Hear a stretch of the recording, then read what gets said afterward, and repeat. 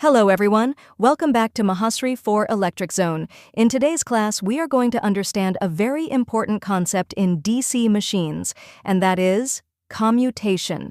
You might have heard this word before, but what exactly is commutation? Why is it needed? And what happens if it's not done properly? Let's explore everything in a very simple and clear way. What is commutation? Imagine a DC generator, where the coil keeps rotating between magnetic poles. Now, every time the coil rotates and crosses a brush, the direction of current in that coil has to reverse. This reversal of current, as the coil passes the brush axis, is called commutation. It happens in a fraction of a second, but it's super important. If commutation doesn't happen properly, we'll have problems like sparking at the brushes. So it's not just a concept, it's a real issue in machine performance. The basics: what actually happens? Let me explain with a simple example.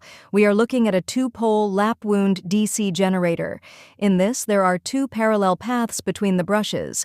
So the total armature current is divided equally. Each coil carries half the current. Say total armature current is 40A. Then each path has 20A.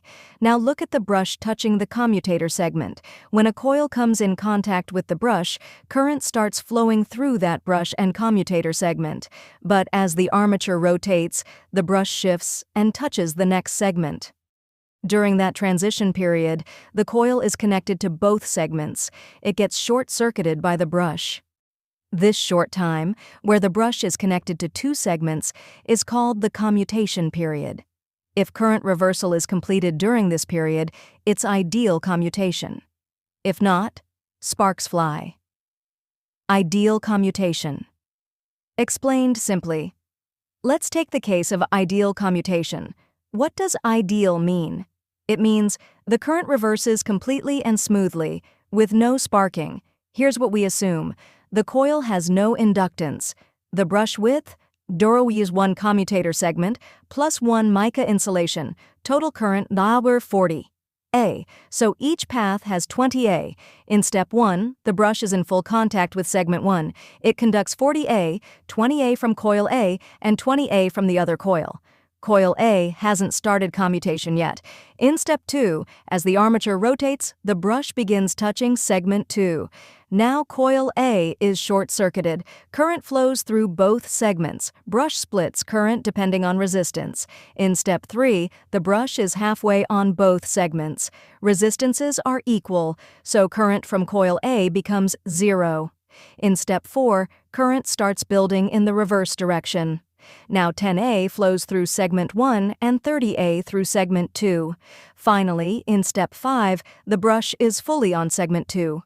Coil A now carries 20A, but in the reverse direction. This whole process, from plus 20A to 20A, is called commutation. Current time graph. Let's now understand the current time graph of ideal commutation. The line AB shows plus 20A, constant before commutation. During commutation, it changes smoothly from B to C. Finally, at CD, current is 20A, it reversed completely. If BC is a straight line, then current is changing at a uniform rate.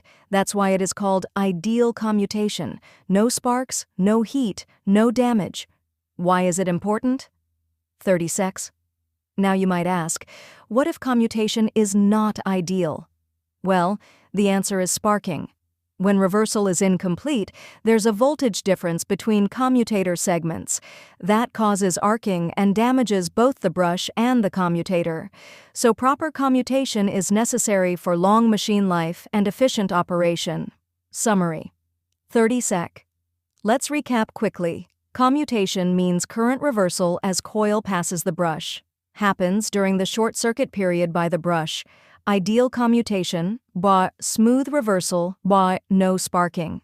If not ideal, sparking occurs. The graph of ideal commutation is a straight line from plus 20A to 20A. Now that's a clear and friendly understanding of commutation. Hope you understood this topic clearly. If this video helped you, do give it a like, share it with your friends, and don't forget to subscribe to Mahasri 4 Electric Zone for more such friendly lessons in Telugu and English.